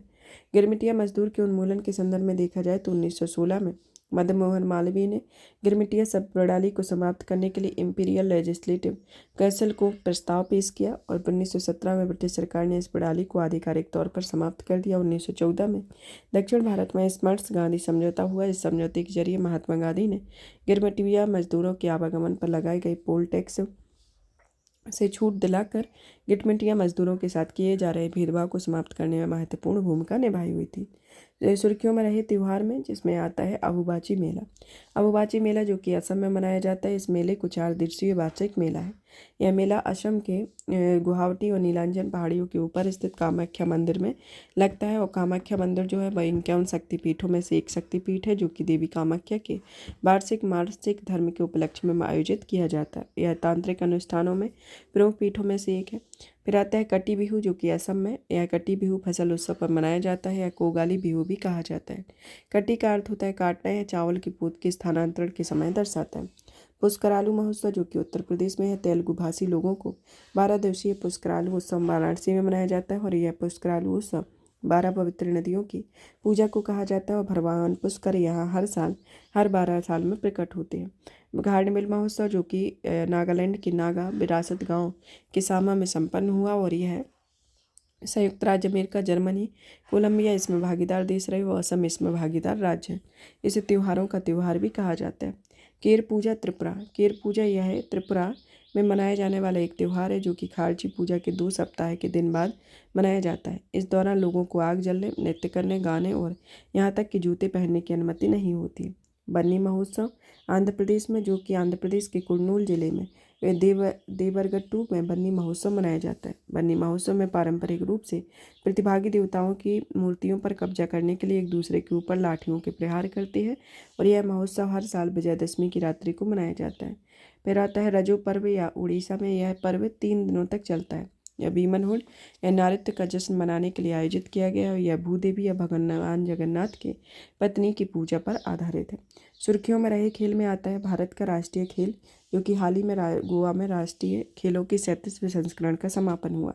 भारत में राष्ट्रीय खेलों के बारे में कि राष्ट्रीय खेलों ओलंपिक खेलों की तरह ही अनेक खेल प्रतिस्पर्धाओं का आयोजन किया जाता है और भारत के अलग अलग राज्यों में केंद्र शासित प्रदेशों के एथलेटिक पदक जीतने के लिए प्रतिस्पर्धा करती है। इसमें भारतीय सशस्त्र बलों की sports team services sports control board का राष्ट्रीय खेलों में भाग लेती है और भारतीय ओलंपिक संघ में राष्ट्रीय खेलों की अवधि के लिए निर्धारण और नियम कानून बताते हैं। राष्ट्रीय खेलों का जो पहला संस्करण है 1924 में अविभाजित पंजाब के लाहौर में किया गया था और इस संस्करण की मेजबानी लखनऊ के द्वारा की गई थी और यह 1985 में नई दिल्ली में राष्ट्रीय खेलों का पहली बार ओलंपिक की तर्ज पर इसका आयोजन किया गया। अब आता है राष्ट्रीय खेलों के 37वें संस्करण में, जिसमें राष्ट्रीय सभी प्रतिस्पर्धाओं में सर्वश्रेष्ठ प्रदर्शन करने के लिए राजा भालंद शाह ट्रॉफी महाराष्ट्र को प्रदान की गई और 1982 से 9वें एशियाई खेलों की मेजबानी में भारत को दिलाने और दिल्ली में इन सफल आयोजनों का श्रेय राजा भालंद शाह को दिया जाता है। भारतीय ओलंपिक संघ के बारे में, इसकी स्थापना 1927 में की गई, जिसके संस्थाध्यक्ष सर दोराबजी टाटा रहे और यह ओलंपिक खेलों और राष्ट्रमंडल खेलों के लिए एक शासी निकाय के रूप में कार्य करता है और इसका पंजीकरण एक गैर लाभकारी संगठन के रूप में 1860 में सोसाइटी रजिस्ट्रेशन एक्ट के तहत किया गया। खेलो इंडिया पैरा गेम्स 2023 के बारे में कि यह प्रथम खेलो इंडिया पैरा गेम्स 2023 का आयोजन दिसंबर 2023 में दिल्ली में किया गया और यह इसमें 7 प्रतिस्पर्धाओं का आयोजन किया गया, जिसमें पैरा तीरंदाजी, para athletic, para badminton, para table tennis, para power lifting, CB football और पैरा शूटिंग आती है। KIPG 2023 पदक तालिका में शीर्ष स्थान पर हरियाणा ने प्राप्त किया और इसके बाद उत्तर प्रदेश का स्थान आता है। खेलो इंडिया के बारे में, खेलो इंडिया कार्यक्रम के अंतर्गत 12 क्षेत्र में बांटे गए। 12 क्षेत्र के अंतर्गत पहला आता है वार्षिक खेल प्रतियोगिता, प्रतिभा खोज और विकास, राष्ट्रीय, क्षेत्रीय और राज्य स्तर खेल की अकादमियों की सहायता, राज्य स्तरीय खेलो इंडिया केंद्र, स्कूली विद्यार्थियों की शारीरिक फिटनेस, खेलों के मैदान का विकास, प्रशिक्षण हेतु सामुदायिक स्तर पर खेल अवसंरचनाओं का विकास, स्पोर्ट्स फॉर वुमेन, दिव्यांगजनों की खेल संस्कृति को बढ़ावा, शांति और विकास के लिए खेल, ग्रामीण और जनजातीय खेलों को बढ़ावा। इसके तहत 7 खेल प्रतिस्पर्धाओं का आयोजन किया गया, जिसमें पैरा तीरंदाजी, para athletic, para badminton, para table tennis, para power lifting, CB football, para shooting आती है। KIPG 2023 पदक तालिका ने हरियाणा में प्रथम स्थान प्राप्त किया, फिर उत्तर प्रदेश ने, और भारत सरकार ने खेलो इंडिया पहल के तहत नई खेल प्रतिस्पर्धा की शुरू की। इस प्रतिस्पर्धा में खेलो इंडिया यूथ गेम, खेलो इंडिया यूनिवर्सिटी गेम, खेलो इंडिया विंटर गेम भी शामिल है। खेलो इंडिया गेम के बारे में, इसका आयोजन खेलो इंडिया नामक एक केंद्रीय योजना के तहत किया गया, जिससे 2018 में अब तक 11 खेलो इंडिया गेम सफलतापूर्वक आयोजित किए गए हैं और इनका प्रथम संस्करण नई दिल्ली में आयोजित किया गया।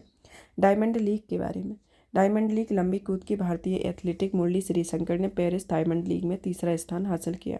डायमंड लीग शीर्ष स्तरीय ट्रैक और फील्ड प्रतिस्पर्धाओं की वार्षिक श्रृंखला है और इसका आयोजन अंतर्राष्ट्रीय एथलेटिक शासी निकाय वर्ल्ड एथलेटिक करता है। 2010 में पूर्ववर्ती IAAF गोल्डन लीग और IEAF world athletic final event की जगह इसे शुरू किया गया।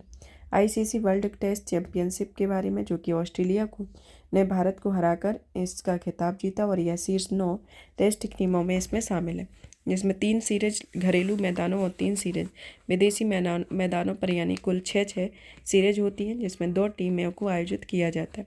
पहले संस्करण में प्रत्येक टेस्ट सीरीज के लिए समान अंक निर्धारित थे, लेकिन इस बार प्रत्येक मैच के लिए समान अंक तय किए गए थे।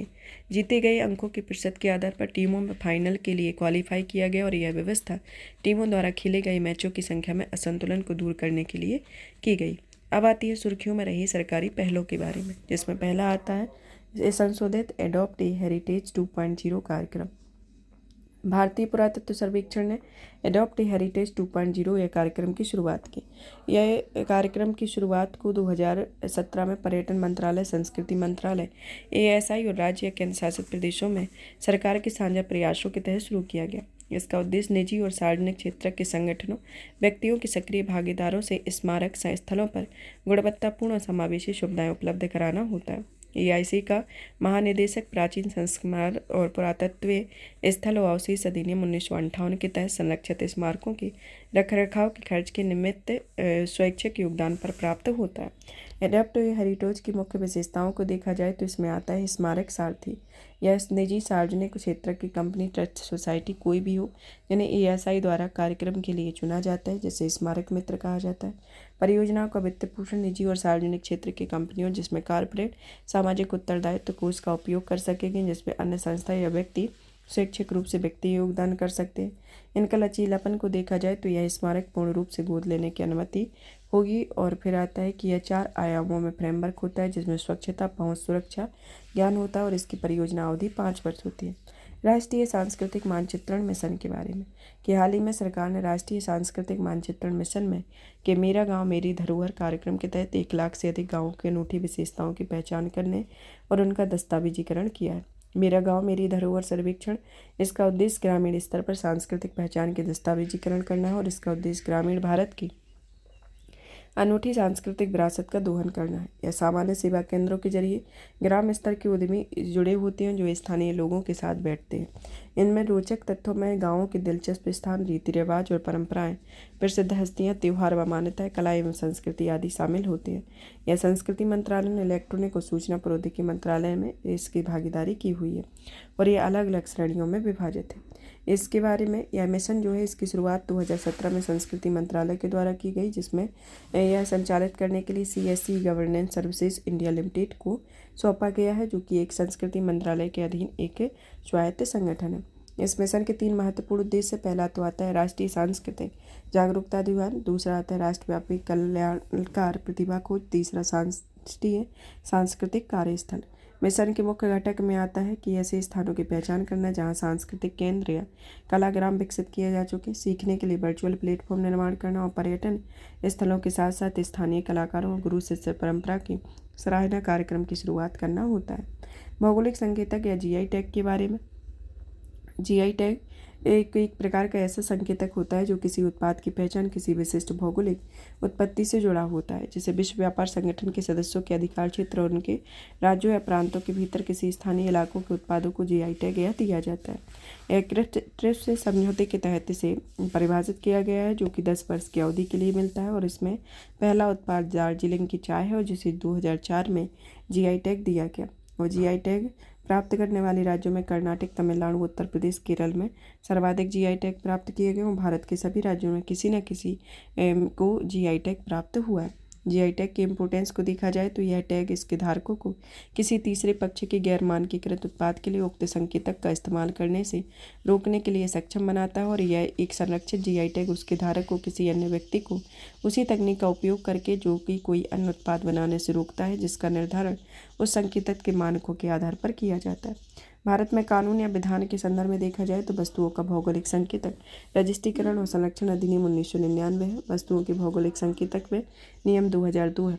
व्यवस्था और यंत्र में भौगोलिक संकेत का रजिस्ट्रार है, जो कि भारत के उद्योग संवर्धन और आंतरिक व्यापार विभाग के तहत पेटेंट, डिजाइन और ट्रेडमार्क महानियंत्रक भौगोलिक संकेतक का रजिस्टर है और इसमें रजिस्टर का कामकाज की निगरानी करता है और यह चेन्नई में स्थित है, जो कि क्षेत्राधिकार अखिल भारतीय। सुर्खियों में रही GI टैग में, जिसमें उत्तर प्रदेश के अंतर्गत आता है जलेसर धातु शिल्प, जो कि ठठेरा समुदाय द्वारा इन उत्पादों को बनाता है। पारंपरिक इत्र उत्पादन, जो कि कन्नौज में पारंपरिक इत्र के लिए प्रसिद्ध है, जो कि दुनिया का सबसे बड़ा इत्र निर्यातक है।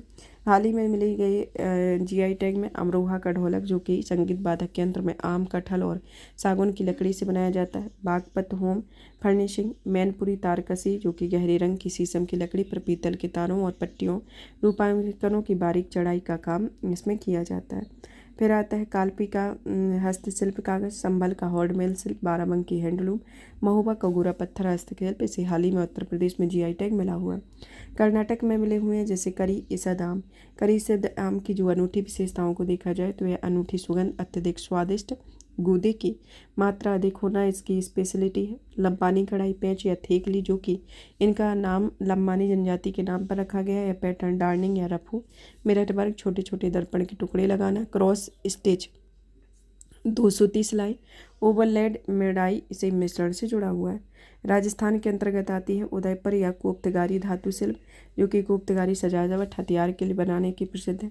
बीकानेरी कसीदाकारी शिल्प, जो कि एक प्रकार की सिलाई कला है जिसमें सूत्र एक खम्मक पर जहाँ कांच जड़ाई का कार्य किया जाता है। जोधपुर बंधी शिल्प, जो कि राजस्थान की एक बंधनी वस्त्र कला है। बीकानेर उस्ता कला शिल्प, जो कि नक्काशी दीवारों, छतों, कांच, लकड़ी, संगमरमर और ऊंट के चमड़े से बनी कलाकृतियों पर की जाती है। गोवा में मनकुराड़ आम, जो कि गोवा की मुख्य पारंपरिक फल है, और मनकुराड़ आम समान पीला, कम फाइबर और शर्करा की संतुलित मात्रा होती है।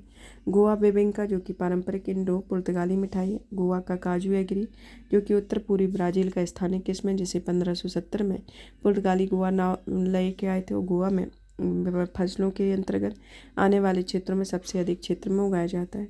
तमिलनाडु में मट्टी केला या बेबी बनाना, जो कि अनूठी सुगंध और शहद जैसे स्वाद के लिए विख्यात है, यह कम घुलनशील सॉलिड्स कंटेंट के लिए एक शिशु आहार बनाता है, इसके अंतर्गत आता है। साबूदाना, जो कि सहकारी समिति सेलम तमिलनाडु में उत्पादित साबूदाना के लिए भौगोलिक संकेतक दिया गया है। यह कच्चे टेपियोका या कसावा से प्राप्त किया जाता है। यह छोटी ठोस गोली या मोती की तरह होता है और यह सफ़ेद रंग का होता है, और यह अधिक सुपाच्य होता है, जो कि जल्दी ऊर्जा प्रदान करता है। उंड गुंटी या पनांग करुपट्टी या ताड़ का गुड़, जो कि लाल रेत के टीलों पर उगने वाला मायरा पंखी या ताड़ वृक्षों के पुष्प गुच्छ से एकत्रित ताड़ रस से बनाई जाती है। मनमुद्री भिंडान, जो कि बैरगई नदी मनमुद्रई गांव में बहती है, और यह नदी वर्धमान निर्माण के लिए इस्तेमाल होने वाली मिट्टी का उत्तम स्रोत है। छत्तीसगढ़, जो कि नगरी दुबराज चावल है, जो कि 2019 में छत्तीसगढ़ के जीराफुल गांव को भौगोलिक संकेतक प्रदान किया गया, और इस प्रकार दुबराज राज्य की दूसरी चावल की किस्म बन गई है, जिसे जीआई टैग दिया गया है। वाल्मीकि रामायण में इस अनाज का संदर्भ मिलता है। असम के बारे में, जिसमें आता है जुहा चावल। जुहा चावल में न्यूट्रास्टियुलिकल या पौष्टिक औषधीय गुणों की खोज की है। एलेनोडिक एसिड या ओमेगा 6 और लेनोनिक ओमेगा 3 एसिड नामक दो असंतृप्त फैटी एसिड का पता लगाता है, जिसमें जुहा चावल के व्यापक रूप से उपयोग किए जाने वाले गैर सुगंधित किस्म के चावल की तुलना में ओमेगा 6 और ओमेगा 3 के बीच अधिक संतुलित अनुपात पाया जाता है। मेघालय के बारे में, जिसमें आता है लाकाडोंग हल्दी, जो कि कर क्यूमिन की उच्च मात्रा के लिए प्रसिद्ध है। गारो दक मंदा, जो कि गारो जनजाति में पहने वाली पारंपरिक पोशाक है। लार नई मिट्टी के बर्तन, जो कि जयंतिया हिल्स जिले में काली मिट्टी के बनाए जाते हैं। गारो चुबिची, जो कि गारो जनजाति द्वारा पारंपरिक मादक पेय है, जो चावल से बनाया जाता है। लद्दाख के अंतर्गत आता है सी बर्गथॉर्न, लद्दाख का चौथा जीआई टैग है, और अन्य 3 में आते हैं रकत से कारपो खुबानी, पश्मीना शॉल, लद्दाख की कास्ट नक्काशी आती है। अरुणाचल प्रदेश में अरुणाचल याक यूचरी, जो कि अरुणाचल में भौगोलिक संकेतक जीआई टैग प्राप्त करने वाला याक दूध उत्पाद बन गया है। उत्तराखंड में आता है चमोली लकड़ी का रम्माण मुखौटा, जो कि धार्मिक त्योहारों पर अनुष्ठानिक नाटक है। इसका आयोजन भारत के गढ़वाल क्षेत्र में किया जाता है। बिच्छू बूटी कपड़े, जो कि उत्तराखंड के बिच्छू बूटी कपड़ों को हिमालयी बिच्छू बूटी रेशों के नाम से जाना जाता है। फिर आता है काला भाटा, जो कि इस खेती को पारंपरिक 12 अनाज कृषि प्रणाली के अंतर्गत आता है, जिसमें 1 से 12 फसलों के साथ उगाई जाती है। बुरांस या रोडोडेंड्रन आर्बोरियम, जो कि उत्तराखंड का राजकीय पुष्प है, जिसमें बुरांस के फूलों के पिगमेंट में एंथोसाइनस और फ्लेवोनोल्स मौजूद है। एंथोसाइनस जल में घुलनशील फ्लेवोनाइड का एक वर्ग होता है। अन्य हालिया जीआई टैग में आता है मंडुआ, रागी या मिलेट्स, झंगोरा मिलेट्स, लाल चावल, चोलाई और एक सीडो सेरियन अनाज, पहाड़ी तूर दाल, गहत की दाल, रामनगर लीची, माल्टा फल, रामगढ़ नैनीताल आड़ू, अल्मोड़ा लखोरी मिर्ची, बेरीनाग चाय, लिखाई, मोमबत्ती, कुमाऊं की रंग वाली पिछोड़ा इसके अंतर्गत आती है। अन्य महत्वपूर्ण सुर्खियों में आती है होमो नलेडी। होमो नलेडी जो है अपने संबंधियों के शवों को दफनाते हुए, और नलेडी समुदाय जो है वह अपने संबंधियों को दफनाते हुए गुफा नक्काशीदार अर्थपूर्ण प्रतीकों को उत्कीर्ण करने हेतु होमो नलेडी एक विलुप्त मानव प्रजाति है जिसकी कब्रों से किसी भी ज्ञात होमो सेपियंस की कब्रगाहों से 1 करोड़ वर्ष पुरानी है। ये शरीर को पूर्णतः सीधे रखकर चलते हो और हाथ आधुनिक मानव के समान होते हैं। महिला ओधुवर के बारे में, जो कि तमिलनाडु में महिला ओधुवरों की नियुक्ति की गई है। ओधुवर जो है वह शैव मंदिरों में तिरुमली ग्रंथ के भगवान शिव के स्तुति गान में सेवारत रहते हैं। तिरुमली तमिलनाडु में नयनार संतों द्वारा 6वीं से 10वीं शताब्दी के बीच भगवान शिव की स्तुति में गाए जाने वाले गीतों के 12 खंडों का संग्रह है, जिसमें प्रथम 7 खंड में तीव्रमात कहा जाता है और यह नयनार संतोष सुंदरार समंदर और अपार द्वारा रचित है। अब आता है बाली यात्रा, जो कि कार्तिक पूर्णिमा के अवसर पर एशिया के सबसे बड़े मुक्ताकाश वार्षिक व्यापार मेले बाली यात्रा का शुरुआत उड़ीसा के कटक में महानदी के तट पर हुई है। यह मेला वास्तव में प्राचीन कलिंग साम्राज्य के शुरू होने में साहसिक समुद्र यात्राओं के गौरव को याद करने का अवसर और इस मेले के अवसर पर लोग केले की थम या थना और शूला से बनी छोटी नावों नज़दीक से तांबे और नदियों में तैराते हैं। बाली यात्रा के बारे में, जो कि मेला बाली इंडोनेशिया के साथ उड़ीसा के ऐतिहासिक संबंधों और दक्षिण पूर्व एशियाई देशों के लिए समुद्र पारी यात्राओं में समृद्ध विरासत का प्रतीक है और यह तपोई नामक कथा से भी जुड़ा हुआ है तथा इस यहाँ पर भालू कुनी ऊषा या खुद कुनी शोकनी ऊषा या बड़ा ऊषा इस मेले से जुड़े हुए रिवाज आते हैं। यूनेस्को प्रिक्स वर्षा पुरस्कार 2023, जो कि बेंगलुरु स्थित केम्पेगौड़ा अंतर्राष्ट्रीय हवाई अड्डे में यूनेस्को ने 2023 का प्रिक्स वर्षा पुरस्कार दिया हुआ है। दुनिया के सबसे खूबसूरत हवाई अड्डे शामिल हैं। यूनेस्को ने 2015 में प्रतिवर्ष यह पुरस्कार प्रदान किया गया और विश्व स्तर पर सबसे बेहतरीन समकालीन विशेषताओं वाले स्थापत्य पुरस्कार भी दिया गया है। अब आता है अभिलेख पटल, जो कि इंटरनेट के माध्यम से भारतीय राष्ट्रीय अभिलेखागार के संदर्भ में माध्यम और डिजिटल संग्रह तक पहुंचने के लिए फीचर से परिपूर्ण एक वेब पोर्टल है और इस पहल का उद्देश्य भारतीय अभिलेखीय रिकॉर्ड्स को सभी के लिए उपलब्ध कराता है तथा यह संस्कृति मंत्रालय का संबद्ध कार्यालय है, जो कि भारत सरकार के गैर वर्तमान अभिलेखों के भंडार के रूप में कार्य करता है। जतन वर्चुअल म्यूजियम बिल्डर के बारे में, वर्चुअल म्यूजियम बिल्डर भारतीय संग्रहालयों के लिए एक डिजिटल संग्रह प्रबंधन प्रणाली है। यह एक क्लाइंट सर्वर एप्लीकेशन है जिसमें image cropping, water marking, unique numbering, multimedia representation के साथ डिजिटल ऑब्जेक्ट के प्रबंधन जैसी सुविधाएं मौजूद हैं। यह सॉफ्टवेयर के human centres design and computing group ने डिजाइन और विकसित किया है। संस्था centre for development and advance computing Pune के अधीन कार्य करती है। यह संस्कृति मंत्रालय के अंतर्गत इसमें 10 संग्रहालय आते हैं, जिसमें भारतीय पुरातत्व सर्वेक्षण के पास महत्वपूर्ण पुरातत्व स्थलों के निकट देश भर में फैले 44 स्थानों की साइट संग्रहालय भी हैं। संयुक्त राज्य अमेरिका में 100 से ज़्यादा भारतीय पुरावशेष वापिस किए हुए हैं। कि भारत और अमेरिका ने आपराधिक मामलों पर पारंपरिक कानूनी सहायता पर हस्ताक्षर किए हैं और इस संधि से पुरावशेषों को मूल देशों को वापस करने के लिए एक दूसरे से सहायता करने का प्रावधान किया हुआ है। इसे केंद्रीय गृह मंत्रालय ने MLAT के तहत न्यायालय के आदेशों को निष्पादित करने के लिए नोडल मंत्रालय आता है। और इंडिया प्राइड प्रोजेक्ट एक वैश्विक संगठन है जो कि भारत की खो चुकी विरासत को फिर से प्राप्त करने के लिए समर्पित है। वैश्विक बौद्ध शिखर सम्मेलन, जो कि 2023 में नई दिल्ली घोषणा पत्र के साथ समाप्त हुआ और इस सम्मेलन का आयोजन संस्कृति मंत्रालय ने दिल्ली स्थित अंतर्राष्ट्रीय बौद्ध परिषद के सहयोग से किया हुआ है। इसका उद्देश्य बौद्ध धर्म से संबंधित सार्वजनिक चिंताओं के मामले पर विचार करने के लिए दुनिया भर में बौद्ध विद्वानों, परिसंघों के नेताओं, बौद्ध धर्मावलंबियों का एक मंच साथ लाना और इस सम्मेलन को एक भारत की सॉफ्ट पावर रणनीति में बौद्ध धर्म की बढ़ती भूमिका को रेखांकित किया हुआ है। अब आता है बौद्ध धर्म के बारे में। बौद्ध धर्म के जो संस्थापक रहे हैं गौतम बुद्ध रहे। इनके बचपन का नाम सिद्धार्थ था। इनका जन्म 563 ईसा पूर्व में शाक क्षत्रिय कुल में हुआ था और 29 वर्ष की अवस्था में पीपल के वृक्ष के नीचे इन्हें ज्ञान की प्राप्ति हुई थी। और इनके महत्वपूर्ण स्थल में लुम्बिनी जन्मस्थान, बोध गया ज्ञान प्राप्ति, सारनाथ प्रथम उपदेश, कुशीनगर में मृत्यु है। बौद्ध धर्म के सिद्धांत में आता है कि बौद्ध धर्म के सिद्धांत के 4 आर्य सत्य हैं। अष्टांगिक मार्ग में इन्होंने मध्य मार्ग भी कहा है। और बौद्ध धर्म के अनुयायी ईश्वर में विश्वास नहीं करते, इसके बजाय वे ईश्वर से स्वतंत्र नैतिक प्रकृति पर ध्यान केंद्रित करते और यह अनुयायी आत्मा की अमरता में विश्वास करते हैं, लेकिन अलग रूप में। महत्वपूर्ण संप्रदाय जिसमें हीनयान, महायान, थेरवाद, वज्रयान या तांत्रिक बौद्ध और अन्य उपसंप्रदाय आते हैं। बौद्ध समितियां परिषदों में पहली राजगृह में हुई, दूसरी वैशाली में, तीसरी पाटलिपुत्र और चौथी कश्मीर में संपन्न हुई। मुख्य बौद्ध साहित्य में सूत्र पिटक व विनय पिटक व अभिधम्म पिटक आता है। बौद्ध सूत्र पिटक में बुद्ध के उपदेशों का संग्रह है। विनय पिटक में बौद्ध भिक्षुओं और भिक्षुणियों के मठवासी जीवन के नियम संग्रह व बौद्ध सिद्धांतों की व्याख्या अभिधम्म पिटक के अंतर्गत आती है। अब आता है जैन धर्म। जैन धर्म की उत्पत्ति लगभग ऋग्वैदिक काल में हुई है। क्रमिक रूप से 24 महान उपनिदेशकों या तीर्थंकरों द्वारा समर्पित है। इसमें प्रथम तीर्थंकर ऋषभदेव, 23वें पार्श्वनाथ और 24वें वर्धमान महावीर है। जैन धर्म के मुख्य संप्रदाय में श्वेतांबर दिगंबर आते हैं और उप संप्रदाय में 20 पंथ, 13 पंथ, स्नातकवासी, मूर्ति पूजक आदि आते हैं। वर्धमान महावीर का जो जन्म है वह 540 ईसा पूर्व में वैशाली में हुआ। इनके पिता सिद्धार्थ ज्ञातक कुल के प्रधान थे तथा इनकी माता लिच्छवी राजकुमारी थी। उन्होंने 30 वर्ष की अवस्था में गृह त्याग कर दिया और 42 वर्ष की अवस्था में केवल या पूर्ण ज्ञान की प्राप्ति हुई और उन्होंने कौशल, अवध, मिथिला, चंपा आदि नगरों में जैन धर्म के उपदेश दिए और 72 वर्ष की आयु में राजगीर के निकट इनकी मृत्यु हो गई। जैन धर्म के सिद्धांत में आती है पंच महाव्रत, त्रिरत्न, जिसमें असत्य नहीं बोलना, चोरी नहीं करना, संपत्ति अर्जित नहीं करना, हिंसा नहीं करना, ब्रह्मचार्य का पालन करना।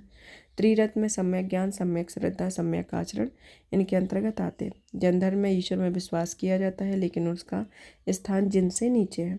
फिर आता है प्रसिद्ध परिषदों में इनकी 2 परिषदें रहीं। एक 300 ईस्वी पूर्व में पाटलिपुत्र में जो कि स्थूलभद्र इनके अध्यक्ष रहे और दूसरी आई 512 में जो कि वल्लभी में, जिसमें इनके अध्यक्ष देवधी गिरनी रहे हैं। यहाँ पर यह संस्कृति से रिलेटेड टॉपिक फिनिश होता है। नेक्स्ट क्लास में जो भी PT 365 आएगा उसको कंप्लीट किया जाएगा। तब तक इस सेशन को आप ज़्यादा से ज़्यादा शेयर करें, वीडियो को लाइक करें, चैनल को सब्सक्राइब करें। धन्यवाद। और PDF प्राप्त करने के लिए आप हमारे Telegram channel UPSC PSC with Diksha को ज्वाइन कर सकते हैं।